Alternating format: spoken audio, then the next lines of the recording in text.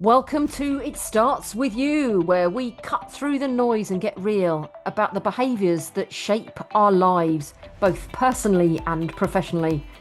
I'm Vic O'Farrell. Let's jump in because behaviours start with you. Well, welcome to another solo episode of me flying on my own, doing a quick, I don't know, 10 minutes, I think is what I'm going to talk for. These are, just in case you're wondering, they're not scripted. I kind of write myself a question which has come from conversations I've had with clients or workshops or during keynotes. And one question that I asked a client, because I've been working with a school, an academy of 5 schools, and we were talking about the impact that we have on the younger generation. And I'm not just talking about me, I'm in my 50s having an impact on the children around me, but any generation, teenagers, the impact that they have on the people coming into school. In fact, as young as, babes in arms, we have impacts and a ripple effect on those around us. So the question I asked on the school was, I asked the teachers, take yourself back to school and think about the teacher that you just thought was amazing. Now, then ask yourself when you've thought about it, and think about this, listeners, viewers, whatever you're doing, think about it for yourself. What teacher had a big impact on you? And we'll let you think about that while I just have a little slurp of my tea. Mm. So I'm going to come back to you now then. Ask the next question. Was it the teacher and their mannerisms, their caring, sharing, or they're strict and they're structured? Or was it the lesson itself? So for me, for example, I loved maths at school. I was absolutely like number crunching all the time. Not only did I love maths, I loved my maths teacher when I took my O level. Yes, I'm showing my age. I took O levels. Uh, was Miss Woodward, I think she was, in my school, and she just got me. But she also knew how to keep me where I needed to be because if you don't know me by now, I'm very yellow personality. I love chatting. I can get easily distracted by other things going on, and it was always that way at school. I had no idea about my personality back then. I wish I did. I'd have changed. Would I've changed? I wouldn't have changed who I was, but I might have been a little bit more self-aware around other people. But I loved maths, and Miss Woodward would absolutely be able to push me and get me to do the things. Because again, I'm also a very stubborn Taurian, and I know full well I'm really, really hard. Oh, it feels like more like therapy, doesn't it? Than I think. But I'm ringing some bells with you. What were you like at school? And was it your teacher or was it the subject? Maths for me was both teacher and subject. Now, when I took my options, so before we chose what we were going to do for O levels or GCSEs as they are now, you had to choose your options, first options, second options. What were those things you did? Obviously, you did your standard, your English, your maths, and a science. And I chose to do French because I loved learning French and I loved my French teacher. She was just amazing. She made it fun. Get that fun. I'm a yellow personality style. I like fun when I'm learning. Again, none of these things are taught in school. I need to be in schools, don't I? Or if you're a profiler and you're listening to this and you do profiling, get into your local school. But because the lesson was fun, I learnt. So I really picked up French and I thought it was amazing and I could learn to speak another language and how fabulous this was. However, on my options, I was given French as a subject to do my O level in, but the teacher changed. And the teacher's way of teaching French changed.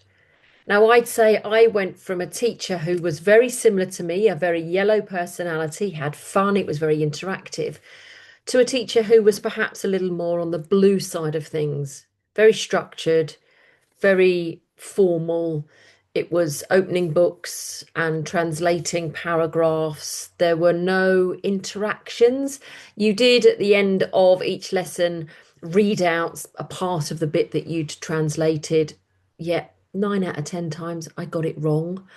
And yeah, maybe the fact that I had pictures previously, but it helped me, but it helped me learn and it helped me understand. And the more things we know, the more we hear things, the more they go into unconscious processing and they become fact. So, that's how I learned to speak French. I cannot. My French is parlez-vous anglais. That's about as far as I go. But take yourself back to your school or even college or university, maybe even your first job. Who was it that had an impact on you? And what was it about their behaviours, their personality, their whole being? What was it about that really made you warm and drawn to that person?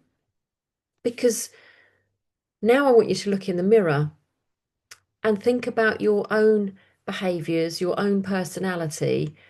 What is it that draws people into you? You're not going to be everyone's cup of tea, we get that. But as a leader, just because you don't have CEO as your title, you will be a leader. There are people in your world that look up to you.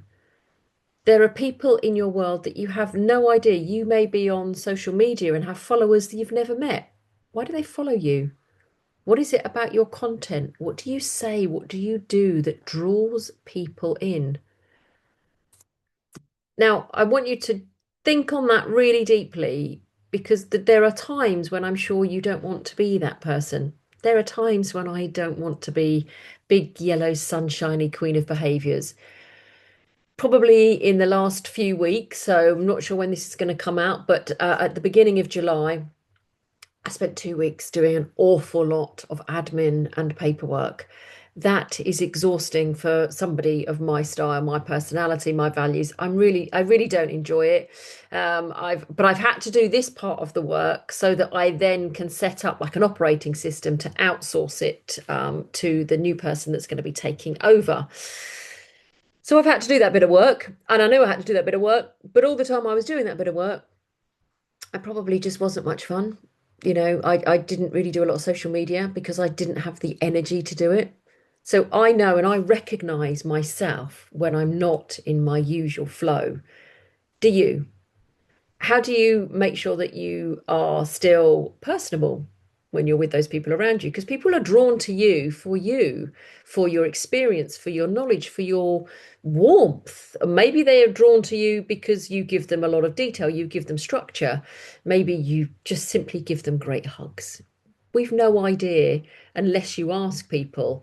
I think I know why people are drawn to me. It would be nice to hear, why do you listen to these podcasts? Have you been listening to them from the start? What is it about Vic O'Farrell, the Queen of Behaviours, that draws you in? Is it the learning part of it, or is it also part of me and my personality? Anyway, I am going to wrap this one up. It's only a short, sharp one. It's a solo episode.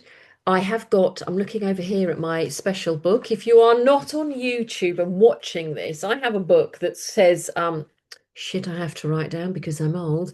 But it's more about the fact that it's got all of the episodes in. And so I've got the next 3 episodes, the next 3 solo episodes. I have got questions that have come out from, like I say, workshops, keynotes, just having conversations with clients. But if you've got something about a personality, about a behavior that you thought, do you know what, I think that'll make a really good episode, Vic, just to talk about for 10 minutes, get in contact with me. However you do that, draw a comment on one of these episodes or just simply drop an email to hello@queenofbehaviours.com and I'll see you on the next one. Bye for now.